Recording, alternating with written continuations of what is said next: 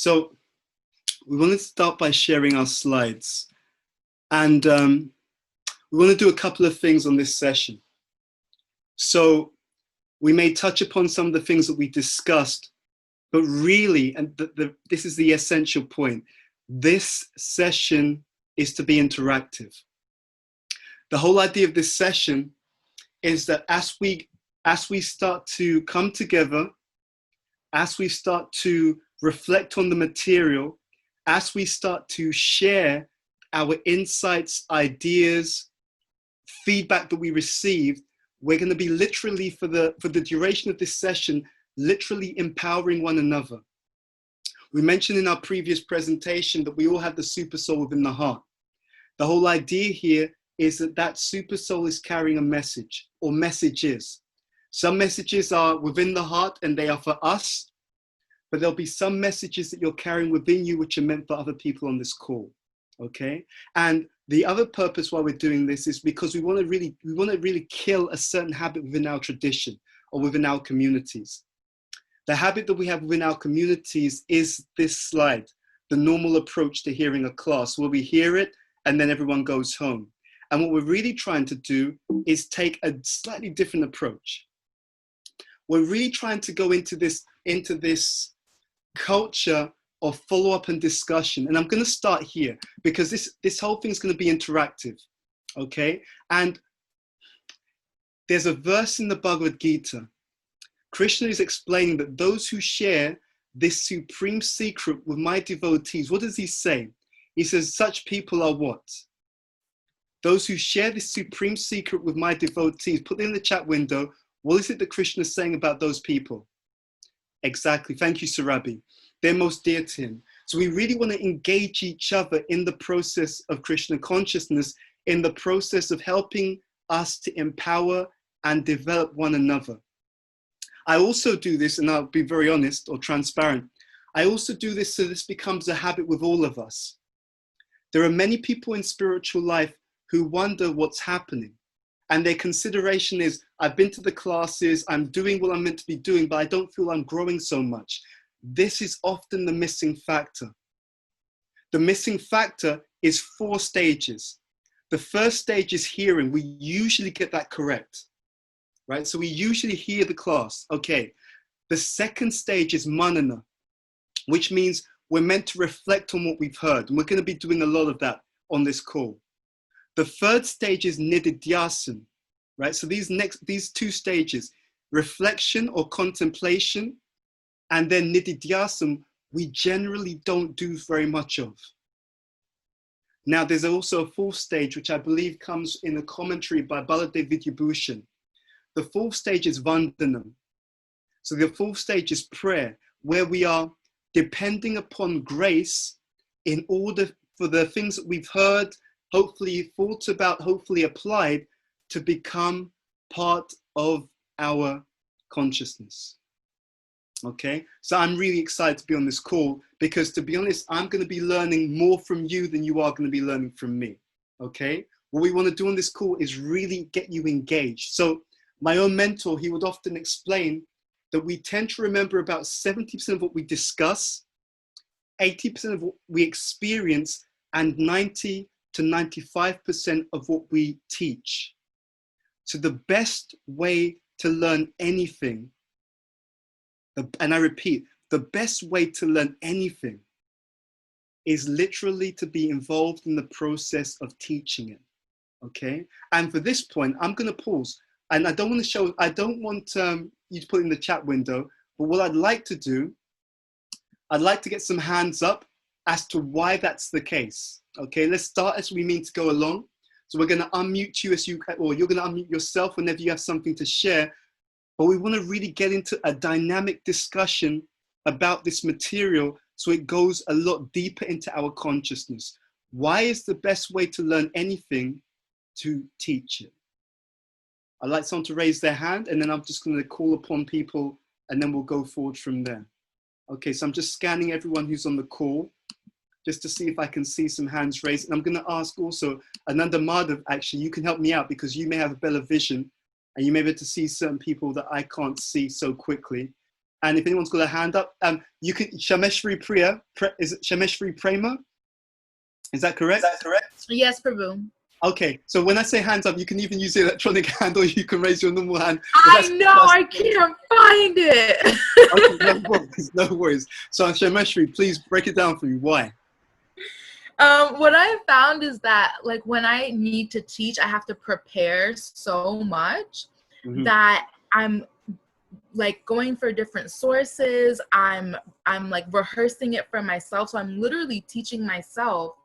And so all these processes are involved. Like, first I'm hearing from other people, either through reading or through actual lectures, who have the knowledge. Then I'm reflecting on what I've been able to retain, how it applies to my own life, so I can personalize it. And then Suri was saying that the third stage is applying it to your life. So I have to reflect on whether I'm applying it to my life and how to show others how to apply it to their lives. And then finally, I pray to Gurudev that I might actually be able to properly convey the message.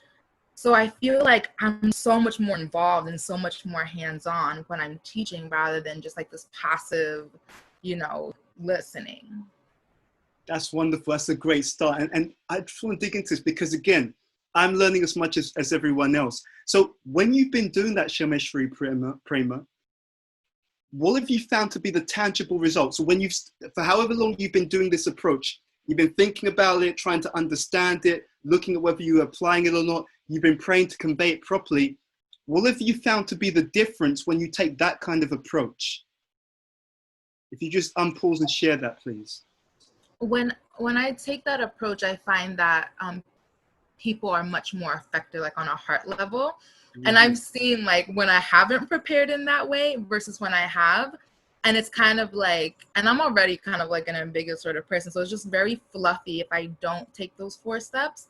But if I do take those 4 steps, it's just like potent, it's like direct, like people really like are able to receive it and feel like it's been properly constructed, the message. Fantastic. And I loved what you said about people are much more affected on the heart level. I really resonate with that, because when they're affected on the heart level, then you really start to see some transformation.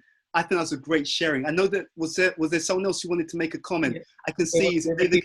Yes, there was David PT and Sagar and Amit, I believe. Okay, so let's start with David Key, then we'll go to the other 2. David Key, what's your comment on this, please? Or what's your experience? So, I really appreciated what Shameshri Prema said, but I was just seeing for myself that you have to go you have to go deeper than the artificial level if you're teaching something. And I find sometimes if I'm just reading, you can just stay on the artificial level where you're just looking at the pages and you're like, oh yeah, whatever. But when you have to teach it, and also you will expect that they will ask you a question, you want to be able to have some deep understanding so that you're not just like, oh, actually, I have no idea. Like, I can't help you. And I've seen too that it also humbles you, because you see how like basic things that you may have grown up with that you don't actually understand. You have to study and you're like, oh, this is what I've been hearing, but now I see it. So I feel like it's also very humbling, because you realize how little you actually know. And by studying it, hopefully you get a little better grasp of that so that you can try to present it in a way that can touch someone else. Fantastic. Again, this is very much resonating with me. This idea that you're going to get questions. That's always in the back of my mind. If I'm learning something, if I don't understand it from different angles of vision, someone can ask a question that's from a different angle to the way that I normally understand it. If it's one-dimensional, and then you're just stuck. And it's just like, I have no idea. But you know what's also interesting about what you both said? And I'm gonna throw this out before I come to Saga. I'll just ask this before I get to Saga, because I want to hear your comments, Saga, very much. The question to you is, how many of you have found that when you've really got into the subject matter, you feel more confident in your ability to share that? How many, raise your hands if you've seen that in your own life, that when you really got into it, you were much more confident? Okay, so Dipta, I just want to draw you in. So what difference does that make when you're able to share something and you're able to share, you know your stuff, right? You've got it, you've gone through it, you're comprehensive. When you're able to convey it with confidence, what difference does that make, Sudipta? I guess it breaks away my fear, because like the fear that I would have before, like if I did not have any knowledge about the matter that I'm teaching, then my confidence does not come. But when I know the material very well, then I find myself like really engaged in what I'm saying, and I see that progressively, the more that I explain, the more confident that I become. Wonderful. I've been exploring these debates on the existence of God, and it's incredible because unfortunately, in many cases, the atheists come off more convincing. But what they're saying in many cases is not a good argument, but they're so convinced. And I'm watching and I can't help thinking that the audience, they're not going to be swayed as much by the content as by that kind of like cavalier attitude, like that's rubbish, I know better. You see what I'm trying to say? So I think that there's a huge amount of, I think we do Prabhupada's teaching a disservice when we don't know it properly. Because we don't know it properly, we're kind of shady, we're kind of a bit fragile, a little bit, I'm not sure. And then we go into the arena, and therefore people can pick up, and I'm sure you've seen this, people can pick up unconsciously when you're not sure about something. They can pick up because your body language, the tone of voice, even the way you speak, it all conveys not fully sure about this. But then you've got other people, and I was watching this documentary, and it's about people in the self-help industry, fake gurus, right? And they're con artists, and they'll sell all these courses, and they'll have this kind of whole, they'll kind of show their cars, like, jet set lifestyle, I'm earning 5 figures a month, all that kind of stuff. But it's the confidence with which they convey the message that often tricks people. You see, they don't have much substance, but they're able to overpower people. And then you've got the opposite. Often people who are really spiritual, but they haven't, as you said, this is why I think this is so valuable. If we don't really get into it, then we can't convey it with confidence. And people may start to doubt what we're actually sharing, even though it's correct. So thank you very much for that, Sudipta. Saga, you had a comment. Please join the conversation and share what you wanted to share. Okay, well, thank you for taking the opportunity to be with us again. I think, as others were speaking, this whole sort of active teaching. So personally speaking, I don't really have a form of, let's say, sitting down and kind of just going over what I'm going to say, but it's just conversation with my friends and family, and it's just like my own personal realizations. But I believe, at least that's what I feel, that when I kind of take it in outside of my mind, when it's very much external, it's a whole different experience. It almost feels like, hey, I had this diamond. Like, it's just, we become so conversant and so, familiar that we don't even realize it's something important. But when that goes out and I see other people, getting inspired and, getting inspired in their own spiritual life that way, and they might, let's say, not even be from, traditional, let's say, Krishna consciousness, some other faith, and they're like, hey, just whatever you're sharing, I just feel inspired to pick up my own spiritual practice. I think that has like a dual effect on I'm like, okay, wow, this is actually amazing stuff. This is so much truth in it, so much beauty. And, I feel more inspired personally to take it up, even with that passive hearing, taking it out of my mind. And in doing so, it inspires others as well. So yeah, that's something that I keep doing. And Sagan, I just want to pick up on that because I think that's really, really significant. Because you're talking about how when you share something and you see other people inspired by what you're sharing, you said it inspires you more. But let's dig into that, because I think that's a critical piece. And one of the things we've been speaking about, myself, Rasheshwara, and others, is how we can help each other to share this gift more. And I think that you've given one of the key points around this. So why is it the case that when I share what I know with others and I see them inspired and I see them enlightened by it, why does that help my own spiritual life? Or why does it inspire me more? If you can just dig into what effect that has on you, Saga. Okay, since I wasn't able to, let's say, articulate it properly, but since you mentioned this whole confident thing, but that gives me almost sort of an external confirmation that, hey, this thing works. Like, I personally, I'm just so familiar that maybe I'm not feeling inspired or enthusiastic on some day, but then when I see that, I'm like, okay, those particular days, I kind of, let's say, it could be sentimental. It is some emotions and everything as well. But I feel more inspired seeing that external representation of what I just said. I'm like, I do not even, I did not even go through actively researching or, like saying what I'm going to say, but just like passive realizations that are kind of, just in my head. So yeah, that's very inspiring to see. No, that's wonderful. But that's a really valid point. What you're saying basically is that as we share, we're actually strengthening our own realization, our own faith, our own spiritual confidence at the same time. Now that's really incredible. So thank you very much for sharing that. And that's a significant point. I saw that there was one other person who had their hands up. Shruti, please share whatever you wanted to share with us, please. Haribol, Prabhu, and Haribol to everyone. I think another point I wanted to add on to was that when you were talking about the atheists and how people tend to believe them more, I also feel like it's because they talk about experiences that they faced. So that, and when you talk about what happens to you, that's what makes the other person understand you more and they can relate to you more. So like every time I've spoken to like people who call themselves atheists, they always talk about how they had an experience which made them realize that there is no such thing as a higher power or anything. And I've noticed the same thing with myself. Whenever I talk about Krishna and my experiences with him, that's when people tend to relate to it. And that's when people are actually interested, rather than when I actually just talk about, I don't know, teachings or something that I haven't personally experienced anything with. So I think that is like a really important point. Shruti, that's dynamite. Thank you very much for sharing that point. It's so interesting. So I used to do regular classes at Cambridge University. So we would go down there, I think once, it was every week. And there was a group we had the Krishna Conscious Society at Cambridge. I mean, I think we still do actually. I was doing it, I think it was about a year. And there was one guy who came to one of our presentations. He was an atheist. So Cambridge University have their own atheist society. So he asked me to come to their atheist society to give a presentation on Krishna consciousness.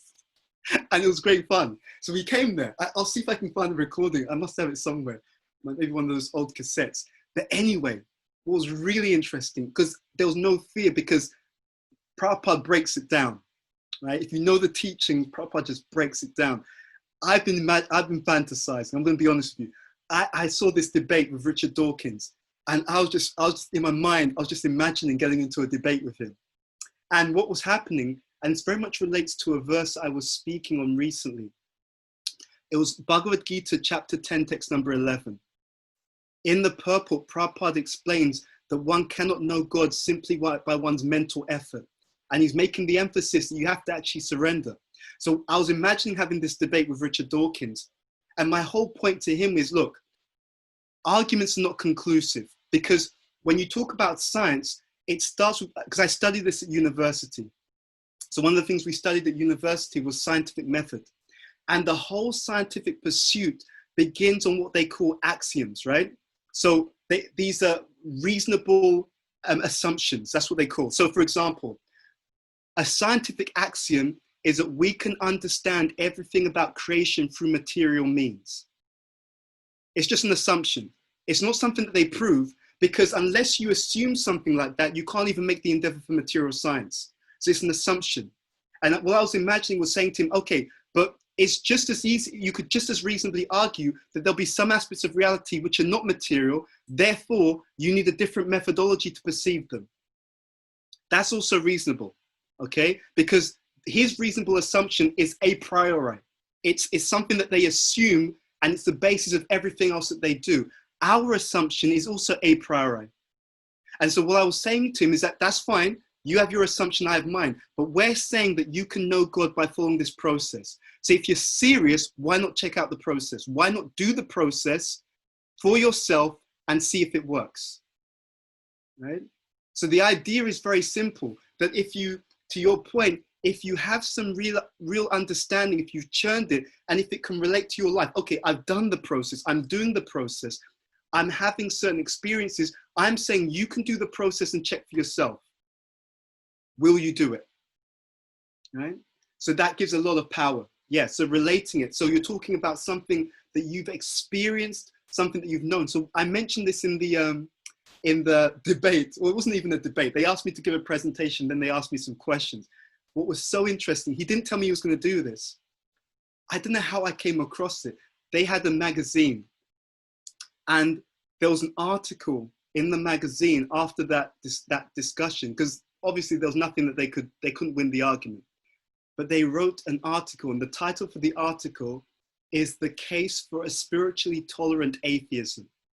That was the heading of the title. That was the heading of the article. And it just got me thinking, yeah, because Prabhupada and our teachings in our Siddhanta is incredible. It's mind-blowing, right? And it's much better, to be honest with you, than a lot of the stuff that you see out there. They don't have such a rigorous argument, a rigorous, logical way of looking at things. If you're interested in this, let me know. I've got some incredible lectures on this topic as well. But anyway, that's an aside. But yeah, Shruti, thank you very much for that. I know your hand's up. Was there anything else that you wanted to add before we go to any other comments? Yeah, so again, relating back to like the being uncertain about what you're talking about and how other people can sense that, again, that comes from the part where you need to, most of the times it's because if you are uncertain about something, it's because you haven't really experienced it. And that's where that certainty comes from, because you're like 95% of the time, you're so sure that this is what you have experienced. And that's why you can be certain about it. So I think that's, again, it all just relates back to that. Absolutely, absolutely. So as we go through those 4 stages, hearing about it, trying to understand it, trying to apply it so we can experience, then it makes your faith deeper, but it also puts the teachings much deeper into your consciousness as well. Thank you very much for that. I think Ananda Madhav, did you want to make a comment? I think Amit also had his hand up. So I think he wanted to share something as well. Please, Amit. Yeah, I mean, I think, like I feel like when you are teaching instead of passively listening, you feel more responsible for the content. Mm-hmm. So that way you are interacting with the material more. Mm-hmm. And I think, I also believe that it could come from a good place in your heart where you are like, you definitely want to add value to the people who are going to be listening to you. But it could also come from a place of fear because you don't want to look like a stupid person in front of so many people. Yeah, so that's what I think. Thank you very much for that. Absolutely. And we'll talk about this idea of using fear positively a bit later on. Okay, good stuff. So I'm going to bring the slides up unless there's any... Oh, Risheshwar, you had your hand up. Yeah, I just wanted to share something that stuck with me since I heard it. It's from one of Bhuta Bhavana's godbrothers, Sri Vrindavan. And we speak about this word realizations a lot. What is a realization? And when he said this, he said realizations are practical experiences of scriptural truth. And that really, really sat with me because I'd never thought of, this word realization in such a way, but it helped reconcile a lot of different things that I'd heard previously, and really is a testimony to what it practically, the experience we have from following the process. Mm-hmm. Absolutely, absolutely. And those things you can't fake. So when we have that kind of realization, it's conveyed in so many subtle ways, and it does impact people's consciousness as well. So thank you very much for that. Let's get the slides back up. Unless there's anyone else who wanted to make a comment. Okay, in that case, let's get the slides back up. So what we want to do is expand horizons. I'm just going to make sure I can control. So we did the follow-up. We talked about why we want to do the follow-up. And we came to this slide last time about expanding our horizons and really seeing where we can take this and what we can become. Okay, so a few things that we talked about last time. We said we were going to reverse engineer. And that was really taking a different angle on certain topics that we may have heard, may have explored, may have discussed before. So this is actually also very important. I remember being at one TSI retreat a few years ago. And it was interesting because one of the things that they were talking about is how sometimes they hear the same class again and again. And it's the same class, same comments, literally the same examples. And you can kind of see people like starting to tune out because they're not feeling connected to what they're being told. But when there's realization, And Prabhupada writes about this in First Canto Bhagavatam, chapter 4, text number 1. He says, one should not try to give some other understanding out of the material, and at the same time, one must realize it so well that they can explain it nicely for a given audience. You know, it's a very powerful purport. So we wanted to take a different angle to keep it fresh, to keep it alive, and to find new ways of looking at it that can keep us all excited and also moving forward. And we asked you a few key questions. So what would you like most about the world if everyone was like you? And I think we got you to do some discussion. We asked you what would frustrate you most about the world if everyone was like you. And we also asked you this question. What qualities would you want your children to have? And I'm going to again pause this one. We're going to go back. So this was in relation to association. Why did we ask you that question? Why were we asking you to think about the future and the qualities that you would want your children to have? Does anyone recall how we connected that from the last discussion? If you do have any thoughts, please raise your hand, your electronic hand or your physical hand if your camera's on. Okay, Shameshri Prema, over to you. Okay, so the connection is between what we want for our future and what we're ready to apply in our own lives to be that example for our future.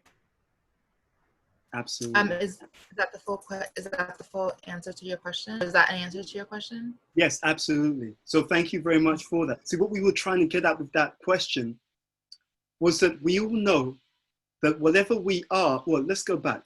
We all know that what our parents are, we do pick up on that, okay? We can pick up on that in two ways. It can be negative habits that we spend some time trying to throw off because we picked them up when we were younger, or they can be positive habits that we're very happy to have as part of our character based upon being around our parents and absorbing those things, okay? So what we were trying to get at here was that actually what you are is going to rub off onto your children. And if you recall the backstory that we mentioned, so a friend of ours, they have a young child and they're working very hard to work on themselves because they don't want to put certain anxieties or negative character patterns that they have. They don't want their children to have those same patterns. For example, let's say someone feels that they're overly timid or feels that they don't have enough integrity, right? They don't want that to rub off onto their children. They want their children to do well and to be happy and to be successful. So what we're getting at here is that the things that we don't work on within ourselves, those are the things that you should not be surprised end up entering into the consciousness of your children. So this can be a catalyst for us to really think, okay, if I don't want these weaknesses to be there with my children, let me do the work to develop myself and to balance those areas so that when I do have children, or maybe some of you do, I'm not sure, we have quite a few people on the call, so that when my children come into the world, they don't pick up those same habits or negative patterns because of being around me as their father or their mother. Oftentimes people don't reach that conclusion until it's quite late, but we can pick this up early. These things can be another catalyst for us to change. And I'm going to give you one very intense example. So there are many people now, many devotees who find that their children are not into Krishna consciousness, right? And I heard this in the class, it was so interesting. And they can't figure out why, right? And there was a class I heard, and it was a very interesting point. And what was said is that the children pick up the mood of the parents, right? So sometimes the parents will go to their seniors, their guru, and say, look, I go to the temple, and the child hardly goes. And one of the spiritual leaders was explaining to some of the parents, he said, what the child picks up is your mood. because you're thinking that you go to the temple quite often, but the mood is you only go to the temple when you feel like it, okay? It just happens to be the case that you feel like going once a week or once a month. So the child has picked up your mood, which is go to the temple whenever you feel like it, not because you should, but just because you just happen to feel like it that day.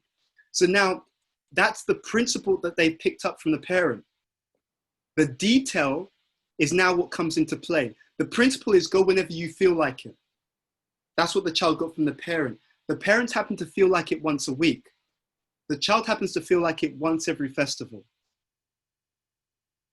So even though it looks like, oh, what's wrong with the child? They're not doing what I do. No, but they are doing what you're doing, but they're doing what you're doing at the level of principle. Huh? They're doing what you're doing at the level of principle because they pick up the mood. Now, a higher level is we're going to the temple, because it's good to serve. We're going to the temple to see Krishna. We're going to the temple because we love to serve the devotees. Then the child will also pick up that mood and that catalyst. But the energy, and it's a very subtle thing, and I was trying to understand why. Because what happens is we know that there's aura contact. Many traditions don't talk about this. But what goes on in our consciousness affects other people. Right? In fact, and my spiritual master writes this in Leadership for an Age of Higher Consciousness, if we were, let's say we had a more subtle consciousness, people with more subtle consciousness, they can literally pick up what another person is thinking or feelings. And there's many things on this online, right? There are many people who are empaths. And they're more consciously aware of what's going on in another person's consciousness. So all of these factors, they're real. And in Leadership 1, Bhakti Tirtha Maharaj says, thoughts are things. So they can actually move through the subtle environment. Before I became a devotee, I was into like metaphysics and so on. And they wrote, I used to read a lot about this. Sometimes they'll call it psychic attack. So someone's thinking very negatively about you, and their negative thinking is actually like a subtle attack on the other person, right? And anyway, we won't go into all of that, but those things are real. I knew one devotee. I know one devotee actually. His daughter's psychic, and he was giving class at the London temple, ISKCON Radha Londonishvara. And I was in the class, and he mentioned in the class how his daughter told him, she said, Dad, you know what, when you get angry with someone, from your third eye, like a line of energy comes from your third eye. It's like a laser, and it burns into the aura of the person that you're angry with. His daughter told him that because she could see it, and that's real, by the way. That is real. That kind of stuff does happen, So what we're thinking, it really does have an effect on the ether, on the environment. So when we have the right understanding, the right consciousness, the right mood, what we are is affecting, especially those nearest and dearest to us, our children and others. It can literally boost people. Some people, their consciousness is more high energy. When they're around people, people feel energized. And I'm sure all of us have experienced the opposite. How many of you, raise your hands, have been around someone and you just feel, they may not even say much, and you just feel drained? Anyone have had that experience? Or is it just me? Okay. So one of my colleagues, we have a term for this. We call them the energy vampires or the mood hoover. They just suck the mood out of the environment, So absolutely, we want to be very mindful of that. And we want our influence to be as positive as possible, which is why we were asking this question. What qualities would you want your children to have? We may come back to that a bit later on. Okay, now, let's get into a few other points. I'm going to stop for a moment. I'm going to tell you something. I was going to do maybe a whole program on this. Actually, before I do, Devaki, did you want to make another comment? Because I can see your hand up. No? Okay. So let me just make a comment on this. I designed something, And I was going to do a whole thing on this, maybe an article, but I'm going to share it with you anyway. I spoke to someone about it and they thought, let's just share it. And I may still do an article on later on. I'm gonna encourage you to design your life, okay? And there's a very simple framework that I've come up with, which works like magic. It really does work like magic. And I'm gonna run you through it. And this is something that you may want to try out. It is loosely based upon Shastra, and I'll try and draw it for you as well, so you get a good idea of what we're talking about. So, I'm gonna put it in front of the camera as well. So we'll put here, so left, right, so vision. And we'll put here responsibilities. Okay, so this is a framework that I came up with that you can use if it works for you, and it's not that it has to work for everyone. I'm going to take you through it. I call it the tri-plan, okay? T-R-I, tri-plan. So the first thing is you have your daily schedule in the middle, okay? And imagine this, I'm doing on paper, but imagine it's like a big board. So some people, I've got 2 whiteboards in my room. Okay, so I've got 2 whiteboards which are like, you know, that you can rub things off and then just kind of rewrite on them. So what I do is the middle section is my schedule, my daily schedule. Now I create that, and I create it based upon 2 things. On this side, I've got my vision. So one of the things we ask you to do is to think about 1 year, 3 year, or 5 years down the line. So what you do is you have a clearly mapped out vision of where you want to go, whether it's a year from now, 3 years or 5 years. You pull it down, but you pull it down very clear, very inspiring in present tense, okay? So you have that on one side of the board.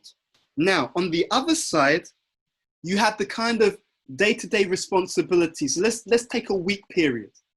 So over the week, there's certain things I've got to do. I've got to do yoga, I've got to do some schoolwork, I've got some responsibilities around the house, maybe cleaning, whatever it is. I get them down on this side.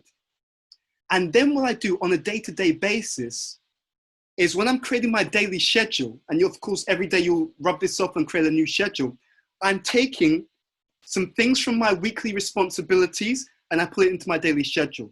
But I'm also looking at my long-term vision, and I break off a piece, something from my long-term vision, and I put it into my daily schedule.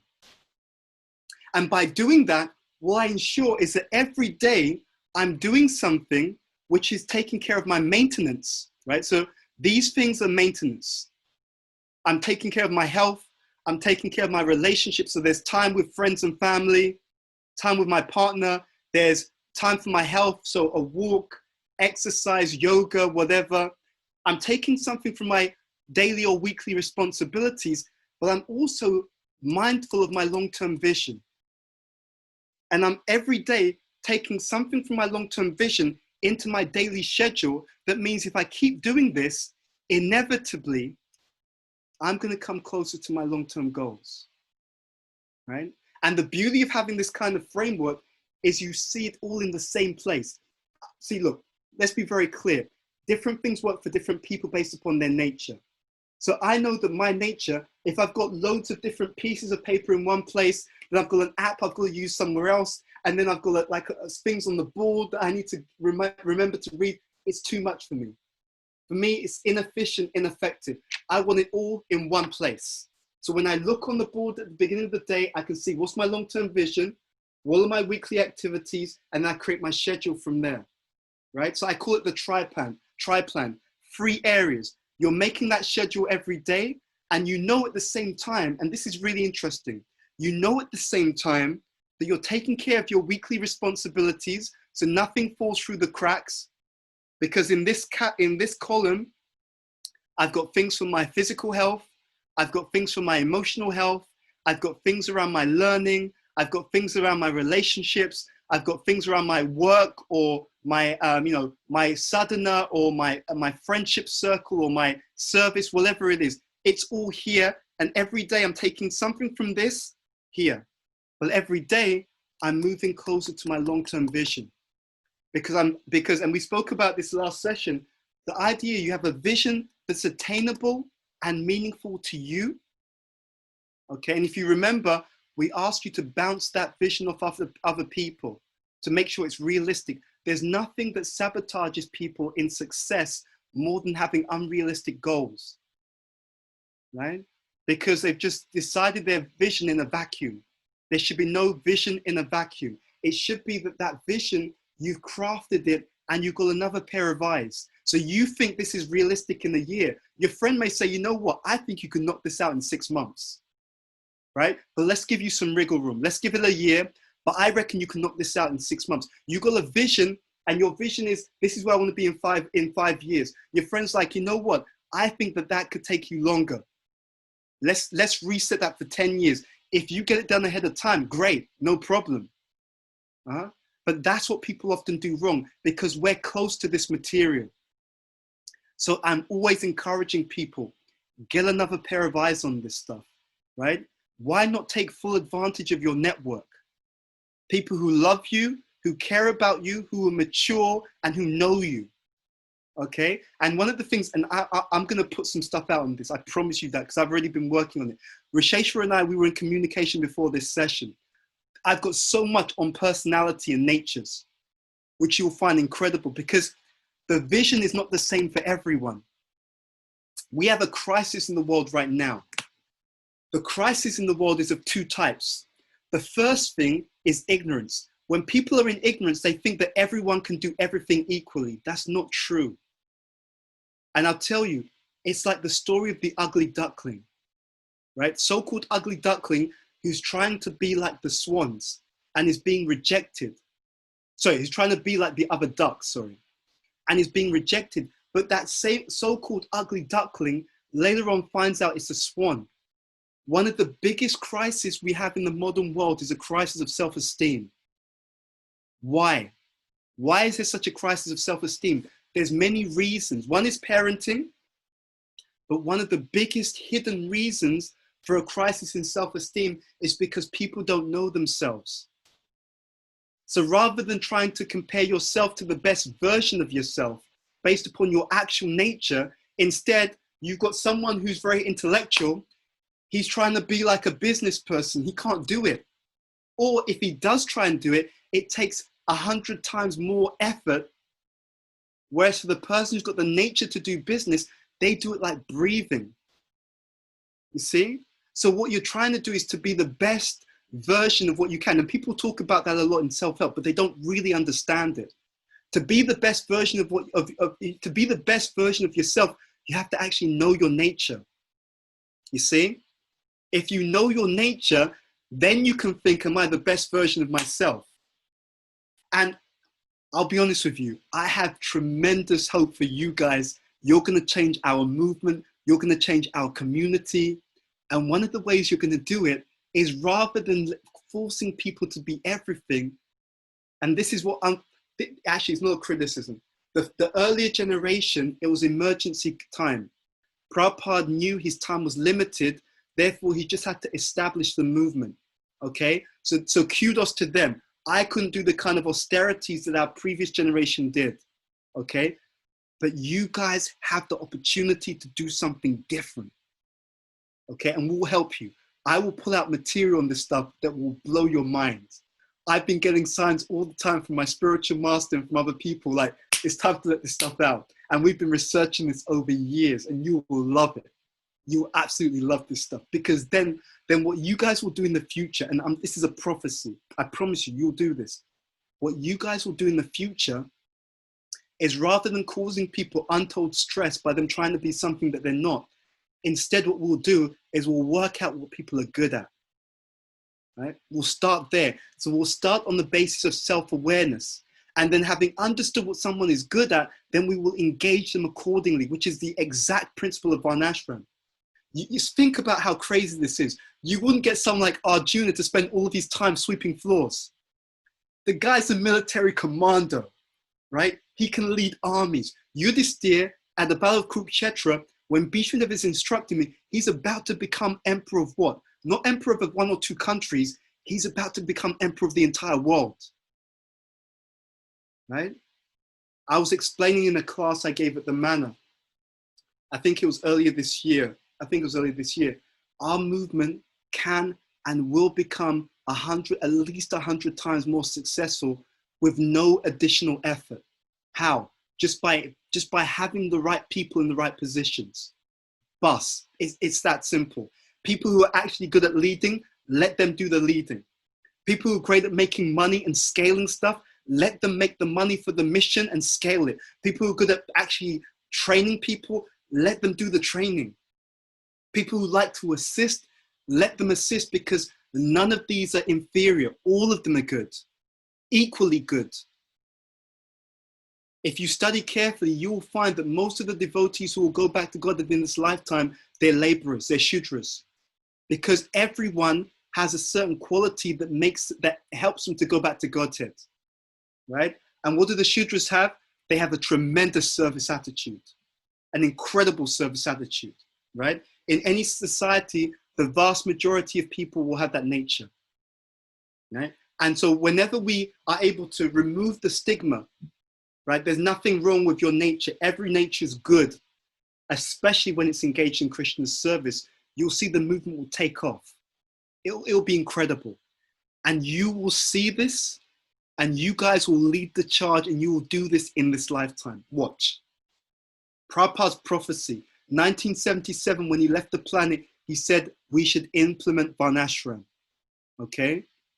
Now, there's many different dimensions, and different people are empowered to do different dimensions of it. But one is just understanding your nature and playing to your strengths, right? And then the other thing on that, when you understand your nature, it also helps you to understand who's a good partner, right? Because different natures work better with different types of natures, meaning in marriage, right? So if you understand what your nature is, you can immediately find someone who's more likely to be a compatible nature. Therefore, marriages in ISKCON will be much smoother. When marriages in ISKCON are much smoother, the children, and this is interesting also, the children will have one nature. Because the parents who have similar nature, the child will have a similar nature. Their nature will be much more cohesive, and they'll be more peaceful, and they'll be able to make progress faster. All of this stuff is so easily done. Anyway, over the coming weeks, I keep talking about this in terms of my Instagram handle, but I'm going to put it in the chat window again. I've got like a whole range of stuff on this topic. So we'll put it out. If anyone's interested, Instagram me. Just follow me on Instagram at Ed Anoba. And I'll tell you honestly, the reason why I'm also saying this openly is because then it puts me under pressure to make sure I get more stuff out of that nature. Because I've declared it to everyone that I'm going to do it. I've had discussions with Radha Bhakti. We had extensive discussions on this topic. Rasheshwara Madhava and I, we've often discussed it, and it's groundbreaking. So what I do, even at work, I can figure people out very easily, and I know immediately what their value system is. I know immediately what their expectations are, and it just makes social interaction a blast. It gives you the front foot on anyone. You just speak to them, you know exactly who you're dealing with. Done deal. It's incredible stuff. Okay, anyway, I'm going to pause for a moment and ask, are there any other comments before we get on? I believe Shruti had her hand up if she wants to go. Is it okay if I share something with you all relating back to the part where you were talking about writing down your long-term goals and your short-term goals? So last month I started working at this it's my first ever full-time job, and before I got that, I wrote it down. Every day I would write it down 3 times in the morning after my morning meditation, and I wrote the specific date that I was on July 10th, 2020, I'll get the call for the job. And I got the call for the job. So it really, on July 10th, I got the call for the job. I was offered the job. So it really works. You should write down what your long-term goals and your short-term goals are as well. And be sure that you're specific about it. I wrote, I will get the job in this office on July 10th, 2020. That's how I wrote it. So I just wanted to share my experience about that. When you mentioned that, I thought I should share it. Thank you. And there's a lot of study that says that when you write things down, see, in the self-help world, they say when you write it down, it makes it clearer to you about what you want. But we know that there's more to it, okay? I call it the Krishna code. So what I do, and because I used to be into like self-help a lot since I was about 13. So then when I learned the teachings in Krishna consciousness, I could then apply the Shastra to have a look at what they were saying. And I could figure out what was true, what was false, and what was partially correct. What actually happens when you write your goals down is you make it very clear to the super soul within your heart exactly what you're looking for. You see, as long as you're cloudy about what you want, Krishna's like, well, you don't know what you're looking for. So, you know, okay. But if you're like, Krishna, I distinctly want this, then of course, you want to have it in the mood of surrender. That means you want to have the caveat, if it's best for me. This is what I'm thinking could be good and progressive for me to serve you better. But you know best. So you're trying to do it with devotion, because then Krishna can modify your goal to give you something that may be more progressive than what you're asking for. Okay, so that's also the other factor. So you definitely want to have Krishna in the picture, but that clarity means two things. Either through devotion, Krishna may give it to you because it's favorable, or it may be that you've got the karma for that particular outcome, therefore you're receiving that particular outcome. And of course, along with all these things, you're making the proper endeavor towards that particular goal as well. Okay, Risheshwara, did you have a comment? No, I'm okay. Okay, no worries. So we're going to move on. I'm going to go back to the slides. So we've talked about the tri-plan, and we gave you a few things to do. So this idea of looking in the future, what you wanted to achieve.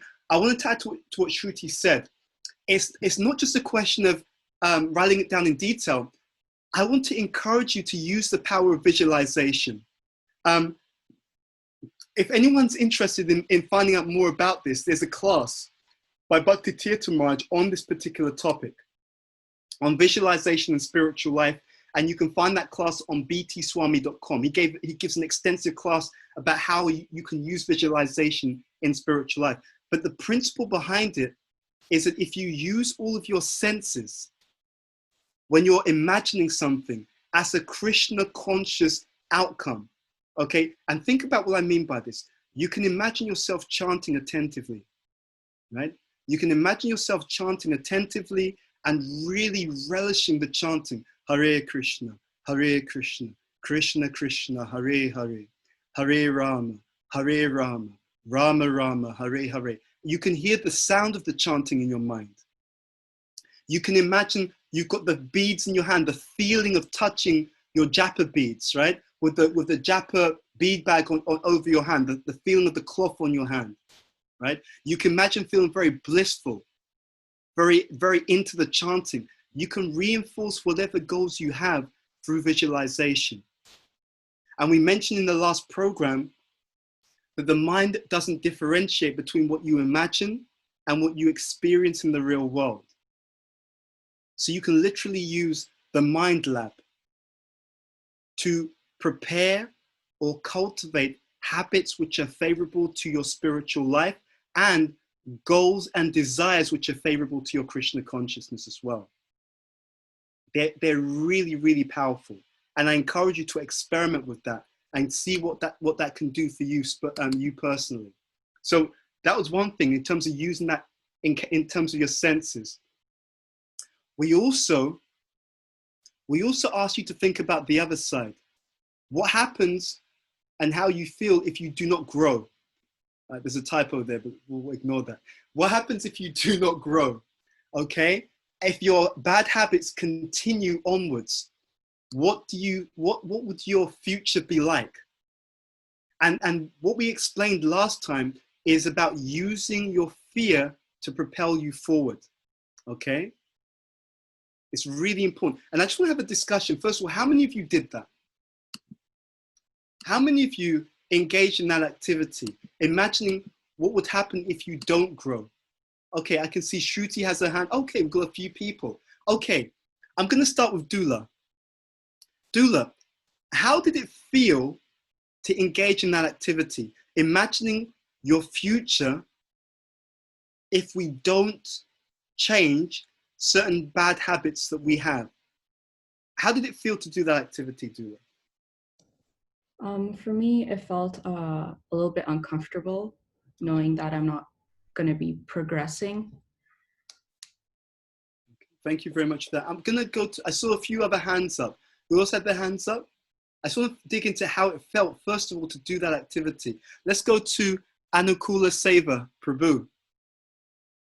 How did it feel for you? Honestly, it was a little too scary, actually, because I felt that if I was not progressing, it's definitely, I'm just going to get worse. Like there was no I couldn't be the same. So it was going to just spiral into something which is unimaginable for me. Okay, interesting. And please give us some Vapu. I wanted to explore what realizations did you get from doing that? Right? Because we often talk about overcoming fear, but we're using fear now to think about what happens if I don't change. Shameshri Prema, what were the realizations, or why do we do this? Okay, so my realization was that I saw a theme persisting for the next however long until I change. So whatever negative quality I've heard people mention about me was the theme if I didn't change. It's like, and it was like, it's not even that it was specific to that quality.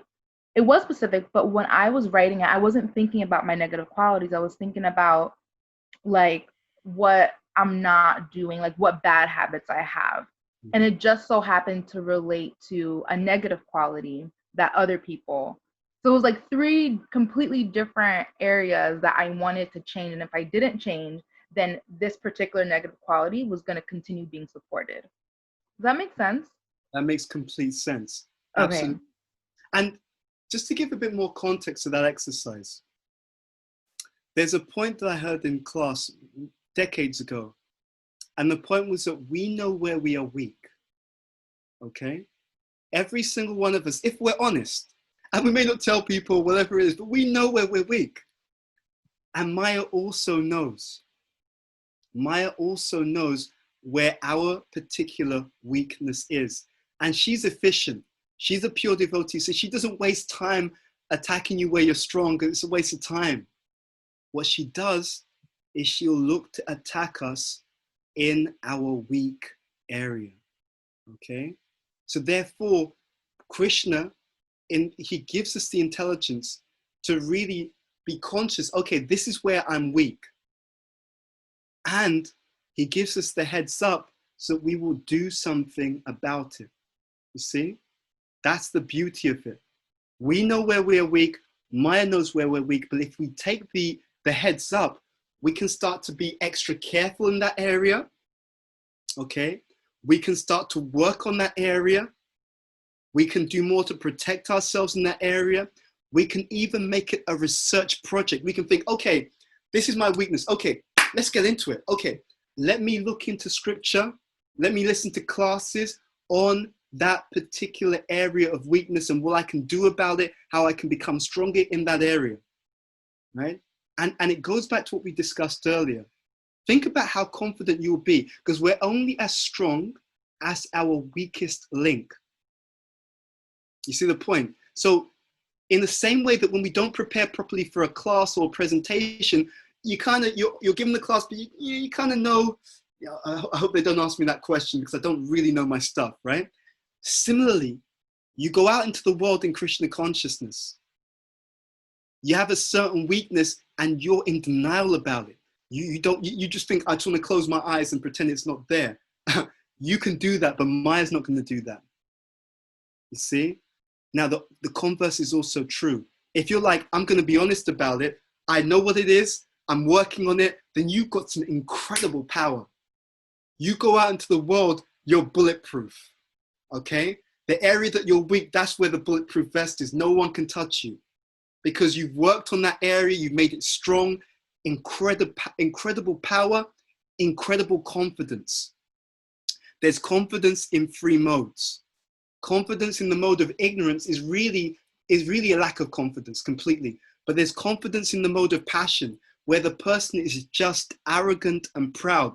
They think that they are stronger than they actually are, and Maya's just going to slap the taste out of your mouth. That's all. But confidence in the mode of goodness, that confidence is based upon humility, because that humility makes you dependent upon the Lord, and that confidence is also based upon knowledge. That's why it's sattvic, right? Because you know what you're doing, you know why you're doing it, you know what the weaknesses are, you've prepared properly. You see? So it's like a solid sense of power. So we want to encourage you in that direction, to really, really tune in. And we also asked you, and I'm going to ask how many of you, okay, I'm going to pause a minute because I can see 2 participants have raised their hands. Shama Sundar and Saga. So let's start with Shama Sundar. What did you want to share? And then we'll go to Saga, please. Hare Krishna. I think you pretty much covered it. I didn't realize I had it up actually. It was just mainly about reflecting on if I weren't thinking about changing the fears I have now and the anarthas I have, where would it lead me to? And it's quite interesting because I was reflecting on this yesterday, and a devoted friend of mine actually highlighted this point that, you know, this is something you need to sort out. In a world of people that have the same anarthas, I don't know how the world would function. So I really like that. Thank you. Thank you. Shama Sundar, were we in touch yesterday on text message? Yes. Fantastic. Joining. Very We will be in touch again. Haribol, it's great to see you. Haribol. And then Saga, was Saga on the line? Saga, please. Share your wisdom. Yes, sure. I think I was just reflecting on the same point and how you were saying, how did it feel to kind of do that exercise? So to be honest, I know the exercise was supposed to be you imagining yourself in the future and imagining if this didn't happen. But for me, it kind of became the present. I'm like, hey, like the future that could have been, this is my present, and I could have done something in the past that I didn't.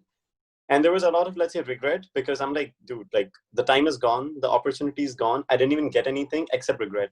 Like it's such a bad exchange. Like it's not, providing me any value. I'm like, let's say, even if I didn't get, I think so that kind of helped me to take this approach that even if I'm not doing something, it cannot be like all or nothing. I could have tried. Even if I didn't achieve 100% of what I wanted to achieve, I could have been somewhere, and that somewhere would have been better than, like my current position. Absolutely. So thank you very much for that, Saga. Really useful point. And I can see Devaki Priti, you want to make a comment. Yes, I just wanted to share about the exercise. It was really powerful doing it because I've heard a lot about visualization, but I've never actually done it. And so for me, I noticed like it helped me see like which of my goals are most important, especially, and seeing like how devastated I felt if I didn't do it. And it helped me see like what things are most important to me and how they need to be given more time and they're not given enough time. And it was powerful. The first one I did, like I actually almost started crying when I realized just how important it was to me. And I think I knew, but like visualizing it and picturing how you want it, your success to be, and then the negative, I was like, whoa. Like, and how I saw, like, I would feel like I just wasted my guru's time. I wasted my time. Like, if I didn't do the certain goal, I was just like, it was really a reality check. Like, okay, this needs to be getting like front attention then, if it's that important. So yeah, thank you so much for instructing us to do that, because it was really a powerful experience. No, as I said at the beginning, I'm excited to be with you guys because we're all learning together. The best way to learn anything is to share it. So this is all part of our growth experience. And to be honest, in this lifetime, this is my responsibility.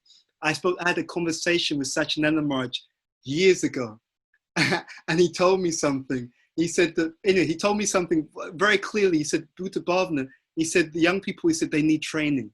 He said, you have this gift, you can train people. And I love doing it as well. So it's like, we're going to do this together, and we've got loads. This is nothing. We've got loads of stuff to share with you, but that's another talk. That's another presentation. Okay, Rishesh Ramadeva, yes. No, just acknowledging your point. Okay, wonderful. So we're going to move on. I'm just going to bring the slide back up, and we'll just see however else we want to go into it before we end. Okay, so we talked about some of those qualities. I'm just going to check if there's anything on the other side. That was it. Yes, and this is really important. Feedback from those who know you. Again, show of hands, how many of you reached out to people who knew you and asked for some feedback? Okay, positive and developmental. Okay, Shamas, okay, we've got quite a few people. Okay, now I don't want to get into, first, we may or may not get into what they actually said. but I want to get into the experience of reaching out to other people and asking them for some feedback. How did it feel? Let's start there. Who'd like to begin? How did it feel to reach out to people in your circle and ask them for feedback? Let's start there. Surabi? Haribol. Haribol. So yeah, that experience, it was very scary at first. I definitely think that if you're not ready, you shouldn't ask your friends about your flaws and all. But but I did ask, and I found out that a lot of the things that were my flaws were also like the backside of them were also my strengths. Like, wow. Yeah, right? So like a lot of my insecurities and things like that also make me very cautious and very like focused and very focused on what I want. And so yeah, I found like it really opened my eyes to like my like the double side of strengths and weaknesses. And I think that's such, thank you for that. That's such an incredible insight, that actually what we think about as our weaknesses, if we dig beneath them, if we can transform them, beneath that there's actually a strength there. That's a really, really profound point. So thank you. And that's one of the reasons why knowing about our development areas can be so crucial. You know, I'll share with you another reason why it's so good to know this kind of stuff, because then we can see how we can complement each other. This is what's going on in the world right now. There's such, and this happens sometimes in our communities, liberals and conservatives, right? Both have some valid points. But what happens in a Vedic society, or the principle of Varnashram, is that everyone is superior in a particular area, okay? So let's say you have the intellectuals, they may be superior philosophically. Then you have the business people, they may be superior in terms of scaling stuff. Then you've got the kind of warrior class, they'll be superior in leading, okay? So that's one thing. But the beauty of our tradition is the following step. First of all, everyone's superior in one area. Even the laborer class, they'll be superior in art, in artistry. But the real power of it is that the second stage kicks in. The first stage is I recognize my nature. I know the things that I've got a natural talent in. But what makes it even more powerful is that I use my natural talent for the benefit of everyone else. You see? That's why it really works. It's not just, oh, but we're saying that this person's better in that area. Yes, they've got a natural talent, a natural gift, and you've got a different gift. But the reason why it works so much is because everyone is using their gift for the benefit of everyone else. You see? So the trouble in the modern society is that there's two types of avidya, or ignorance. First of all, we pretend that everything's the same. And actually, sometimes it's for good reason, because many people who do this, they've got good intention. It's because if I don't pretend everyone's the same, people will mistreat other people. And unfortunately, there's some truth in that, right? Or the other reason why we pretend everything is the same is because if we recognize difference, then people will claim that they're superior to other people. So Varnashram kicks out both dynamics. One, everyone's superior in a different area.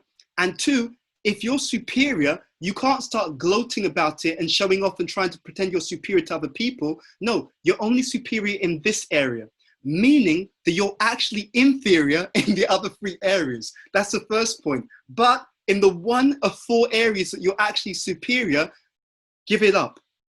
Use what you can produce for the benefit of everyone. You see? That's how the Varnashram system works. That's why it actually is sustainable, because we don't deny differences, but we don't use the differences to lord it over people. You recognize difference and you use the difference to serve the other people. So it's cooperative. That's what we're trying to achieve. And when you do that, we will be able to knock things out the park. Anyway, there's more to come on that in future sessions. So I love the point that you were making about understanding that the development areas, they house a gift. Did any, and I asked you to do a couple of things. It wasn't just about areas that you could improve on, but strengths. Was anyone surprised to learn strengths or good qualities about themselves that they were not so conscious of? If that's the case, I just want to hear from you. Does anyone have that experience? When they got feedback, positive and developmental, they heard some things which were like, oh, I didn't know I was good at that. Or I didn't realize that that was a strong point that I had. If anyone had that experience, I'd like to hear about it. Prabhu, I believe Shyam Sundar and Shruti had their hand up. Okay, no worries. So let's start with Shyam Sundar, and then we'll go to Shruti. My hand up was actually from the previous point, Prabhu, so we can move on. Yeah. Okay. Or did you? I just want to. Do you want to share something on the previous point before we move on? I think it was covered. Thank you. Yeah. Okay. No worries. Thank you, Shruti. Over to you. Mine was also from the previous point about the weaknesses. I honestly, recently I had sort of like this epiphany where I stopped looking at it as a weakness, and it's just like Krishna gave it to me, but I'm just not using it the right way. Like I think Surabhi was saying, like it was actually her weakness. She looked at it, she realized that there was like another side to it, which could be used as a strength. So it's like Krishna gave us all these qualities, but we're just using it the wrong way, which is why it's looked at as a weakness. But if we turned it around and started using it to help us, then it'll be a strength. So that was just what I wanted to add on. Thank you. Thank you so much. And that's so profound as well. This is the idea of alignment. Sometimes it's considered that there are no bad qualities. There's just the wrong application of that particular quality, right? So there's a time and a place for bringing that quality out. But when you don't bring it out the right time in the right place, it becomes problematic. So there's one devotee who wanted me to provide some mentoring. And I kind of said, I don't have time to do it, but I did address with them one thing. And I was so impressed by them. I can't lie, I was so impressed. And what impressed me was that they took it to heart and they used it. And I thought, okay, even though I don't have time, I will give this person more guidance, because you tell them, they take it seriously, they run with it. It's like, okay, we can invest in people who are going to take it and run. So this devotee has a warrior nature. And I was explaining that traditionally in the Gurukul, the Kshatriyas, if you know people who've got Kshatriya natures, like Radha Bhakti or Risheshwara Madhava, they're very straightforward, they're very direct, right? They're just going to tell you, look, I'm not happy about this, right? And it's wonderful. And this person has that quality, and it's very, very useful. But I was explaining that in the Gurukul, Kshatriyas were also taught diplomacy. Why? Because even though you've got a natural tendency to be straightforward, it's not always about us. It's about what's best for the people that I'm leading. And therefore, for the people that you're leading, oftentimes you should be straightforward, but there'll be times where you can actually achieve a better outcome for everyone by being tactful and diplomatic. So in the Gurukul, the Kshatriyas will be trained. They'll be trained to refine their straightforwardness, but not to lose it, because it's necessary for leaders to have that. But they would also be trained to be diplomatic. So know when to use which quality, right? Because to your point, it's not that one's good and one's bad. What makes it good is that you use the right tool at the right time with the right person for the right outcome, you see? And you see this in world politics right now. Sometimes you can have world leaders who are going to create a war just because they're not prepared to deal with the same situation diplomatically, right? And because of that lack of awareness of what's the right approach, therefore everyone else gets into difficulty or anxiety. So it's knowing how to align. That's absolutely crucial. So thank you for that. Saga, I believe you had a comment. Yeah, I mean, it's regarding the same point that you were mentioning, that, how was it knowing your own strengths? So I reached out to, a couple of friends, especially my family. So I realized that I could be a little pushy sometimes with, things that I really feel strongly about. But then I consistently got the comment that, hey, we actually like that push, because sometimes, you really need that push. I'm like, okay, I didn't realize it could be good. So as you were speaking, it's not really the quality that makes it good or bad, but it's mostly the application. It's the application. Thank you. And I got I contacted Radha Bhakti because I wanted to bounce off her perception. And so and what she shared was actually really, really interesting. I made some notes on it because I was thinking, okay, I think I come across a little bit too much like this. And I was just like, well, okay, let me just check. let me just find out, because I like to take part in these things as well. And actually this whole exercise, this is something that my own mentor would do over many years. And so it was very interesting to get the feedback. Okay, because a lot of the way that we're interacting with people is based upon perception. People are not interacting with you based upon how you are necessarily. They're interacting with you based upon how you're perceived to be. Okay? So for harmonious interactions, you're really trying to find out, how do I come across, right? You may feel you're very gentle, right? I often feel I'm just very soft and quiet. And then other people are like, dude, no, you come across very, very different. And I'm like, okay, I can factor that in. Maybe in a class I come across, and some people are like, no, on a one-to-one also, you come across that way. All right, fair enough. But it's good because I can then recalibrate my perception of myself. So I can get a more realistic view of how I'm coming across to other people and then adjust accordingly. It's really, really powerful. Did anyone else have any comment or any realization? Ananda Madhava, yes. I think Nandini, she had something. Oh, yes, Nandini. Hello, Nandini yes, Sharma. I did. How do you all, everyone? I just wanted to quickly share based on that point. I think that it's important to share our thoughts or our feelings or wanting to know what our weaknesses or our strengths might be with people that we care about, just because, or that are important to us, just because I feel like we get so stuck in our own heads that we sometimes twist things around in our own heads, whether it's something that we're insecure about or something that we don't feel good about, because we tend to always look at the negative sides of ourselves. We don't tend to look at the positive. So when you speak to people who you actually care about, they tend to do the opposite. They look at what is more positive about you, and then that can surprise you, because you can think to yourself, well, wow, I didn't realize that I had those qualities, or maybe I should change the way that my mindset is and try to be more positive, and then probably more positive things will happen in life as well. Brilliant point. Thank you very much. And it's just think about what we've been doing for like the last however long. It's just incredible. Just in this group, you've shared so many powerful points of realization. So we're opening up, and what you shared, I mean, you're sharing so many points I've not thought about.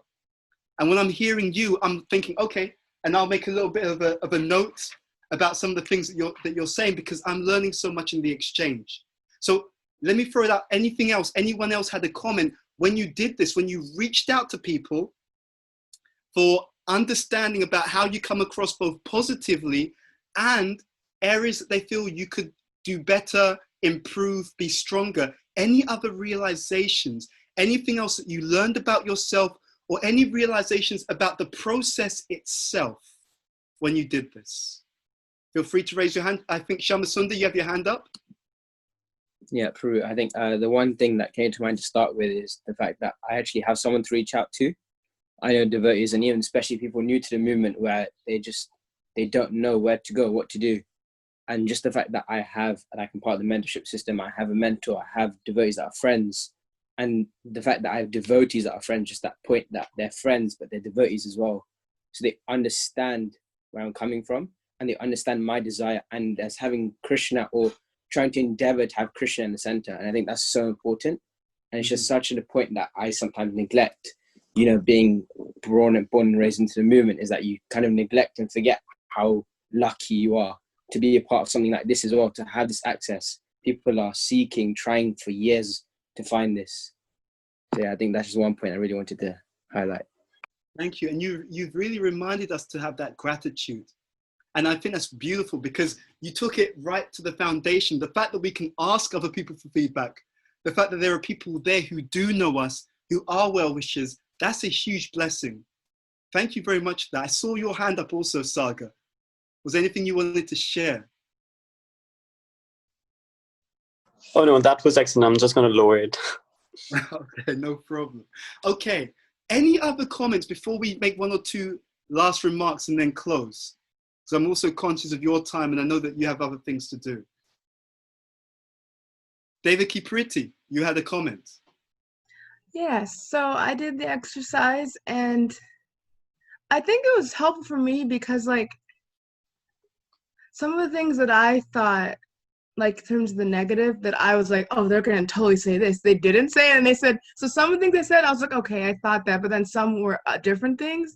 So it also shows that, like, you know, what I might think, like, might not be what they're thinking. So I feel like, you know, taking this information that I got, I can now be like, okay, now how do I want to use this to move forward? And I just think it's so powerful because I've heard about it, but like, again, I haven't really ever done it. But like, when you actually like push past this, you know, being scared, like, it's just amazing when you can actually hear how people perceive you and what them knowing you, how do they think you can grow. And that's so powerful because they know who you are, and so they have your best interest at heart, so they're going to tell you what you need to hear. So I made the prayer before because I was kind of nervous to hear the negative, because that's harder for me. The positive, of course, everyone likes that, but the negative's harder. So I was like praying to Krishna to help me be open and not get like my ego gets like flared up. So it was powerful just to see that. So yeah, it's powerful. And before I go to Saga, I just want to add, I'd like you to pay that forward, all of you. Reach out to someone and give them that positive. Do you realize that you really come across that you've got this great quality, this quality, I really appreciate this about you. And of course, make it authentic. This is not a technique. You're going to share with them something that you genuinely do appreciate about them. And in that way, you're going to reinforce and encourage them in their devotion. And of course, the love you give pursues you. What we give out to other people is exactly what we're going to get back in even greater measure. Thank you for that. Saga, over to you. Yeah, I think it just comes back to the whole point that you kind of mentioned it last in the retreat, that it's very subtle, but what you're seeking is already within you, and the energy that you give out is exactly what you're going to get yourself. So I think in trying to help people like that, it's a win-win, right? It's going to help you, it's going to help them. So yeah, that was good realization while doing that exercise. Wonderful, wonderful. Okay, so one of the things I'm also going to touch upon, and then we'll see if people need to leave at this time, that's fine. And if there's questions, we can get into questions, whatever works for you guys. I think you've been a very engaged audience. One of the things I want to talk about also is the importance of that wider principle of paying it forward. So we've had many discussions with many devotees around the world. Wherever we have a community of devotees where we're not reaching out to and nurturing the young, the next generation, that area dies. Because what happens is, as people get older, they've got less energy because the physical body's just got less energy. They've got other responsibilities, work responsibilities, family responsibilities, marriage responsibilities. We really need, therefore, to empower and to assist and to inspire all of you as the next generation, in whichever way, shape, or form you're ready to do, to also take that step forward, right? To kind of find ways to reach out to, especially other young people, you know, especially to other young people, and see how we can deliver that message. And all the benefits that you spoke about, sharing and being inspired, seeing how other people light up because they're hearing about these things. All of these are the benefits and the gifts that come to us as we find new, interesting, exciting, adventurous, blissful ways to share what we have with other people. You know, so I know that one of the things that we're really looking at is how we can assist you in being empowered to have an exciting spiritual life and to share those dynamic spiritual gems that you're tasting, you're experiencing with other people as well. Saga, you had a comment on this? No, I was just thinking. You're just agreeing? Okay, fantastic. So on that point, I just want to hear from you. I mean, are there any comments, any thoughts, any realizations on that point in particular? And I'll just drop something in. I recorded something which I think will be useful for you guys, and we'll hopefully share that this month, maybe towards the end of this month. And it's just around this whole idea, and it links again to nature's, this whole idea of evaluating and valuing ourselves properly. Because that can be one of the things that can help us to feel, okay, you know what? I'm happy about myself. I value myself. I'm comfortable in sharing will I have with other people and reaching out to other people? It's a very, very powerful mindset to cultivate. So we have some material that we put together on that. But I just want to hear your thoughts on this particular point. Shameshwari Prema, you have your hand up. Yeah, so one thing I'm thinking about on this point is that we need the permission. So oftentimes we need the permission to be vulnerable, to share, to connect. We need permission for so many things.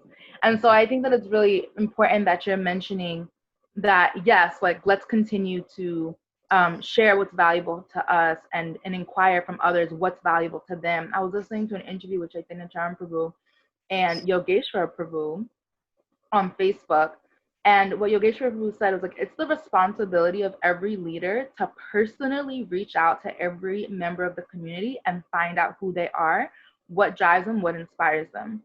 And I can just like imagine, like I can just visualize like how much communities would change. And the beautiful thing about it is that we can do it, like, even if we don't hold the position, we can just do it as a friend, you know, and this space here, I feel like, is giving us permission to share and inquire from each other, and just remembering like how important it is, and just like planting that seed. And we might not even remember it, but it might just plant a seed, and then maybe something else will spark it, and we'll be reminded to like create a personal relationship with somebody, just to know how important it is for the heart to feel like, yes, like you are valued. And I know that for you, it's also valuable when I share about myself.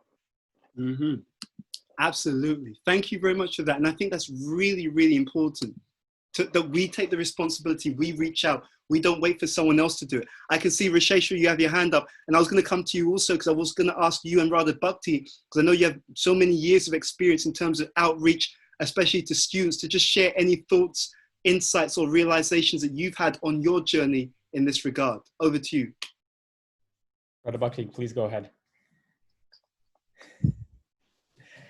So I just wanted to share that when we take the opportunity to share this with others, the enthusiasm that we get from it, it's that should be the primary reason, right? If you remember what Bhaktisiddhanta or Prabhupada told his disciples, that even if no one is in the room, right, we're still sharing this for everyone that's there, because he's like, even if we don't see people, all the parampara, they're still there with us at all times, right?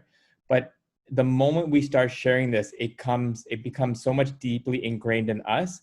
We feel the enthusiasm, and then naturally people just see it in you when you start doing it. You don't have to even say anything, because you'll see that there'll be a natural high for you to want to do that for somebody else, because you've received it from somebody else.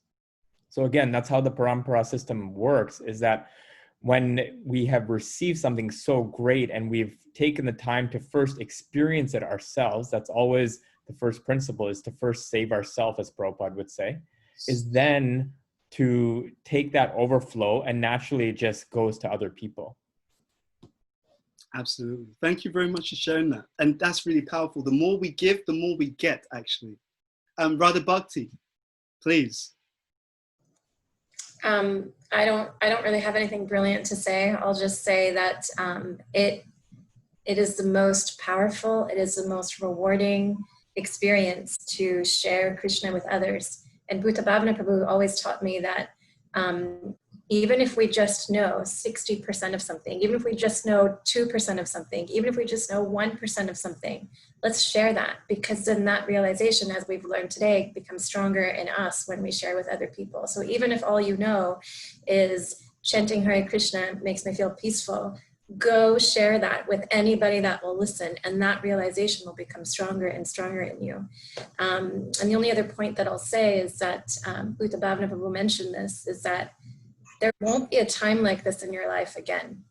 Yeah. And you don't want to be 30 or 35 years old and look back and say, damn, I wish I did that when I had the energy, or when I was in school, or when I was living at home, or whatever the situation is, because your life is going to change. And I'll also just say that people your age, most of the people on this call are in university or they're young professionals. the world is in the midst of a global pandemic. We're all going through some mental health stuff right now, but people your age in particular, without a global pandemic, especially in your 20s, I said this before, that we have this quarter life crisis where it's a real thing. And in your 20s, especially, your 20s are marked by so much change in your life and in the lives of your friends, whether it's getting married or divorced or having children or parents dying, changing careers. I mean, it's an unbelievably tumultuous time of change. And so the time is now for you to get involved, and there is such a strong need, and you are equipped with the tools. And we've said this before, you have a mountain of support behind you. So please take advantage. I know we're all here for you to provide whatever help, support, care, resources that you need. And again, something I hear Bhuta Bhavana Prabhu say a lot as well is that it's going to move. The movement is going to move regardless. So let's just take part. Let's play a part and be part of Mahaprabhu's Sankirtan party, as big or small as we can. And you can only feel more and more connected to Prabhupada and to Krishna when you do it. There's no feeling like it. So yeah, that's all I have to say. Wonderful, wonderful. Just one more point that I shared this a few weeks ago when we had our session, when we were talking about those wanting to start something at a university, that Vaisheshika Prabhu in his book, The Family Business, he has this section saying, jump and the net will appear, right? And I can promise that if we take some type of risk for Krishna, he promises that the net will appear. And I've experienced it in my own life. So we're just humbly requesting to jump. Okay. Thank you very much, Rashesh. So that's really cool. Thank you very much for all of that. So how should we proceed? Because I completely get, we've been going for about an hour and a half. So that may be quite some time for people. So we can end it here. Or if people want to do some Q&A, I'm going to go over to the organizers to get their steer on how you think we should proceed. Thank you so much, Bhuta Bhavana Prabhu. And for everyone who participated, really grateful. So we have a bunch of questions.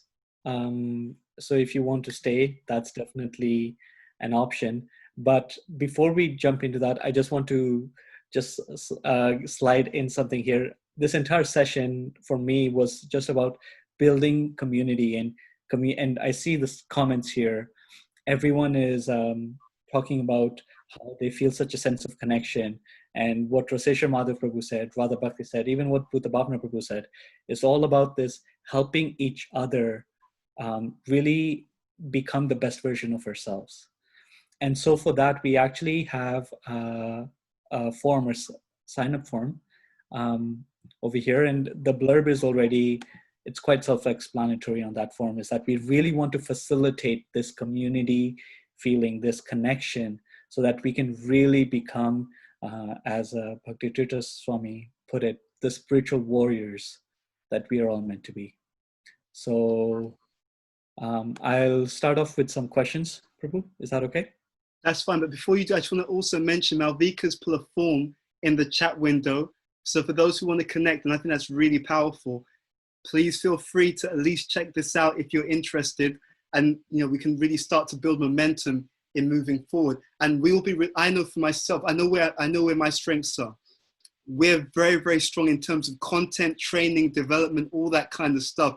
And there's so much that we've put together, and we're collating it. We'll be pulling that out on different platforms, just like in terms of maybe articles or other things over the next few weeks.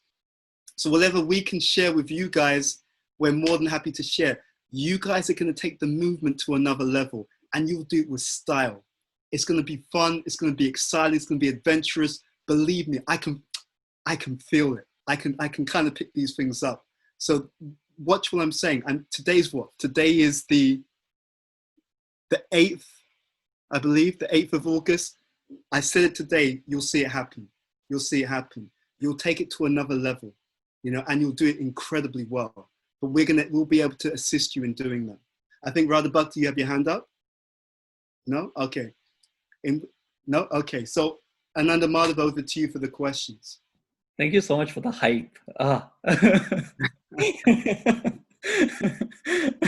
Okay, so we got a bunch of them. I'm going to lump some in together just because they're relatively the same. So first question is this, that if we know our nature and our nature is to be a leader, how do we practically share that? My experience is sometimes when you step up, people tend to play the, oh, you're not so humble, you need to be a servant card. And when we see inner, and then the flip side, this is another question, is when we see leaders. In that case, I'm going to ask you to pause. Let me take it step by step, because I think there's a lot of good content and a lot of important things to say there. First of all, you're empowered to be a leader by being able to follow. Okay, so let's be very clear about how we define leadership. The best servant is the best leader. The best follower is the best leader. I'm emphasizing that on purpose because otherwise what happens is, in the name of leadership, we may become insensitive. So there's two things.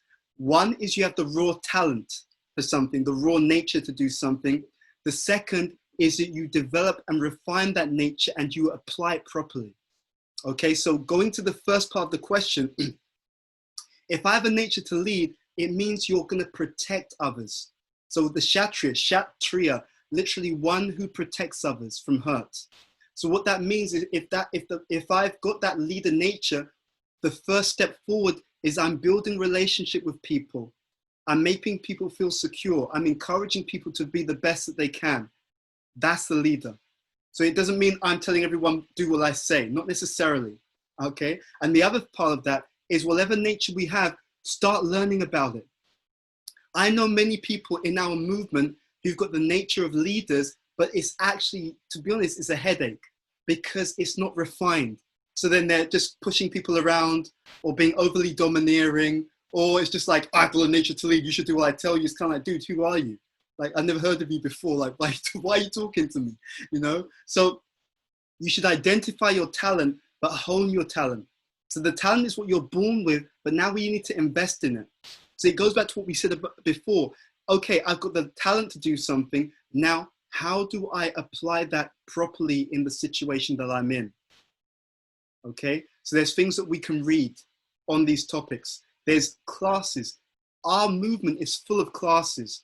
Okay, so let's say you want to know about leadership. Listen to classes on leadership. Read books. Go to Bhagavatam. Read what Prabhupada says. Prabhupada in first canto and second canto of Bhagavatam has huge amounts of information about leadership. If you look under leadership, management, king, Rajrishi, leader, politician, there's an ocean of material on that. So first, develop yourself and approach it with humility. So speak to people in your community. Maybe there are more mature leaders. Okay, apprentice time. So let me find out how these mature leaders do it. I've got the nature to lead, so let me get trained by more mature leaders who I see are good at leading, so I can mature that raw talent. It's not just because I've got the nature for something, therefore I just go out and everything will be fine. It's not quite that simple, okay? It means I've got a starting point, but I want to invest in that. Okay, so that's why I wanted to pause on that first part. I want to go to the second part of your question, Ananda Madhava. So the second part was, what can we do when we see leaders in our temples whose nature are not suited for the leadership positions? As a junior, or if we are junior, we can't really say anything. Okay, there's a few things. First, we should appreciate how difficult it is for that person. When someone does something that's very much a stretch from their nature, it usually causes them a lot more stress and strain. So we should feel some compassion that this person, even though it may not be their natural style, they're taking on this headache for Krishna. That's the first thing. And as we said before, by having that compassion for them, then when we are in situations where we may not be so strong or capable, we will also elicit the compassion of other people. Okay, so that's the first thing. The second is you may want to consider, can I help them? Can I compliment them, right? Is there some burden that I can take off their shoulders? You know, okay, oh, you're a leader, and you know, I can see you're also doing the social media for the temple. Maybe I can help. You know, I've got some experience in social media. Maybe that's something I can do to make your burden a little bit lighter. Another thing that we can do is we can learn what some of the challenges are when things like this happen. And these things will happen because sometimes in the earlier stages of Krishna consciousness, it was all hands on deck. It was, we had to do the needful. Okay, so that's not bad. And sometimes even in our projects today, we may from time to time have to do that because we don't have enough human power, men and women, to cover all the things that we need to cover perfectly. Okay, so we do the best that we can. So the key word here is optimize. I see one of the biggest issues in our communities is people who are idealistic. They're floating in the clouds, right? And they don't have their feet on the ground. Okay, but we should change this. Yeah, but there's 5 people in that entire temple. And they're practically doing everything. They're doing all the cooking. They're doing all the cleaning. They're doing all the classes. It's like, but we should have financial. It's like, well, they've got 5 people. They've like got 5 people. They're doing the best that they can, right? So that's the mood to come into the whole process with, okay? So what can I do to help? Not criticizing, not they're doing the wrong thing. Let's do the best we can. And especially if you help, if you do service, if you build relationship, you build influence. Because then over time, you can actually encourage a person, you know what, I'm wondering, maybe I can take on more of this. Maybe you can train me in doing this, this, and this. You know, this transition has to take place. You guys need to take over. You guys need to take over. But I can't. The nature of a Brahmana is to be brutally honest. And I'm going to be brutally honest. Don't expect people to just hand you the reins, right? That's not how the real world works. Do what you can in the sphere of influence and control that you have.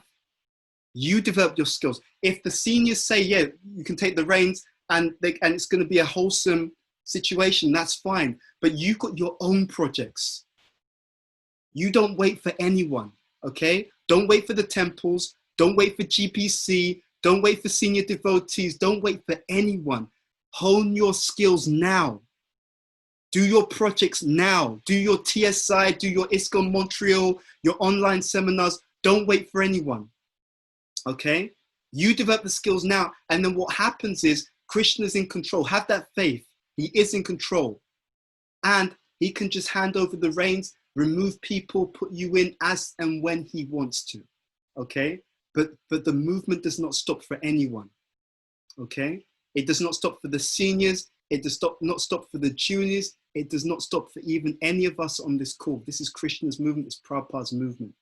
So you take the reins and you do what you can with the time, space, and you know, the room that you have to maneuver, and just keep developing your skills in that way. You know, ISKCON, I'm going to be very honest with you. Sometimes because of people with certain mentalities, you will sometimes hear this narrative as if ISKCON is a temple. ISKCON is not the temple. ISKCON is the community of devotees. ISKCON is the people. You understand? The temples, the buildings, all these other things are like the support, like the infrastructure to support. But the International Society for Krishna Consciousness is the society of devotees who are united in following Srila Prabhupada and his teachings. That's ISKCON. It's the people more than anything else, okay? So you're ISKCON. And when you do your programs, ISKCON's moving forward. When you're training each other up, ISKCON is moving forward. When you're reaching out to other people in the universities, colleges, ISKCON is moving forward, okay? ISKCON doesn't stop, doesn't matter what people, senior, junior are doing, it makes no difference. No one can stop you because no one can stop Krishna consciousness. Okay. Any other comments or questions? Yeah, there were a couple on natures, but all of them pretty much was on the same, like really the crux of the question was, how do we identify our nature? And there were lots of different contexts. One context was that, you know, there's so much mixing going on. Mm-hmm. How can we identify our nature? You know, other people were like, I feel like I'm good at everything, but not expert at one thing. So then how is, like, so basically that's the crux of the question. How do we identify our nature? So like I said, I'm working on some stuff on this, which will come out within the next few weeks, but I'll just make 1 or 2 comments now. The first thing is, it's good that you're good at everything. Okay, and this is something that we will talk about more over the next few months. So what happens is this. Let's say, for example, intellectual. When you have children, you're going to also help them with their homework. So that intellectual capability is natural to everyone, and everyone needs it, right? Okay, being good with finances, right? Let's say someone's got a Vaishya nature, they're good with finances, but everyone has to look after their money, okay? So there's a baseline where to be a functional human being, you need all of these qualities. You need to know how to lead, right? How to do administration and lead things. You're going to be leading a family. You need to know how to look after the intellectual side of things. You're going to be studying, right? Studying, teaching, etc.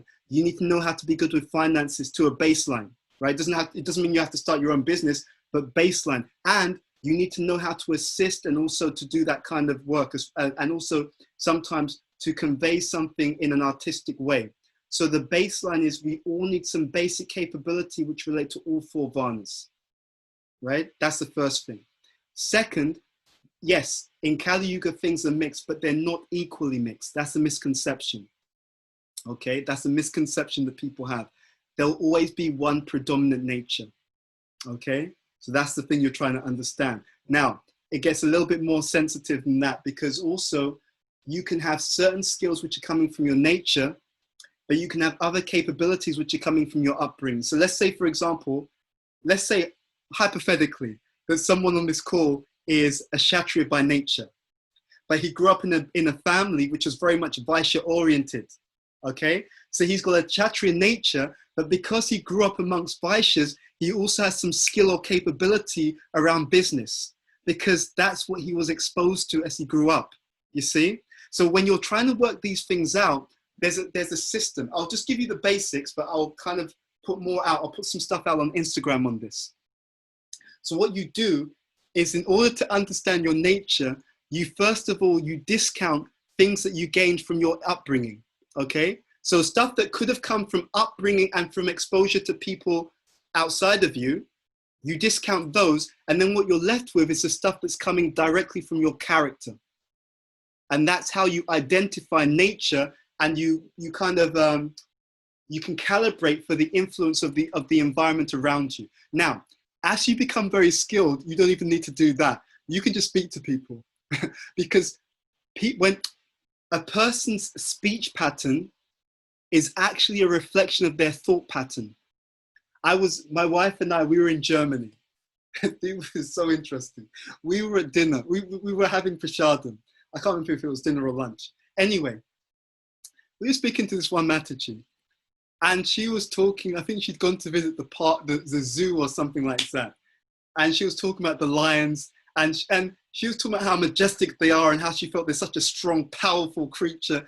And I was just laughing because every other word was power, strength, dominant. I was so impressed by the way they're majestic. And I was just laughing, and we didn't even need to work anything out. What nature does she have? Someone put it in the chat window. What do you think? If a person's speech pattern is a reflection of their thought pattern, someone majestic, powerful, strong, dominant, well, yeah, she's a Kshatriya. It was just that simple, because what happens is what you notice in the environment, also what stands out to you in the environment, when you discount the situation, is to do with your value system. This is in Mahabharata. So what happens is the Pandavas, they're incognito, they're disguised as Brahmanas. They enter the palace of the king. And what happens is the king's watching them. And he thinks there's something really strange here, because all of these guys are dressed as Brahmanas.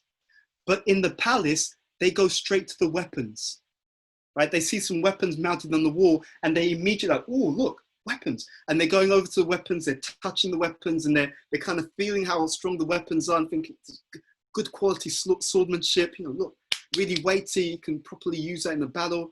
And the king can understand that these dudes are Kshatriyas, they're not Brahmanas, because when the Brahmanas come into the palace, they go to the books, right? They go to all the different assets around knowledge, because that's their value system, right? So when you go into any environment, what people notice in the environment relates to their value system. Now, there is a caveat here. You have to discount for the situational dynamics. What do I mean by this? Let's say that you're a Brahmana.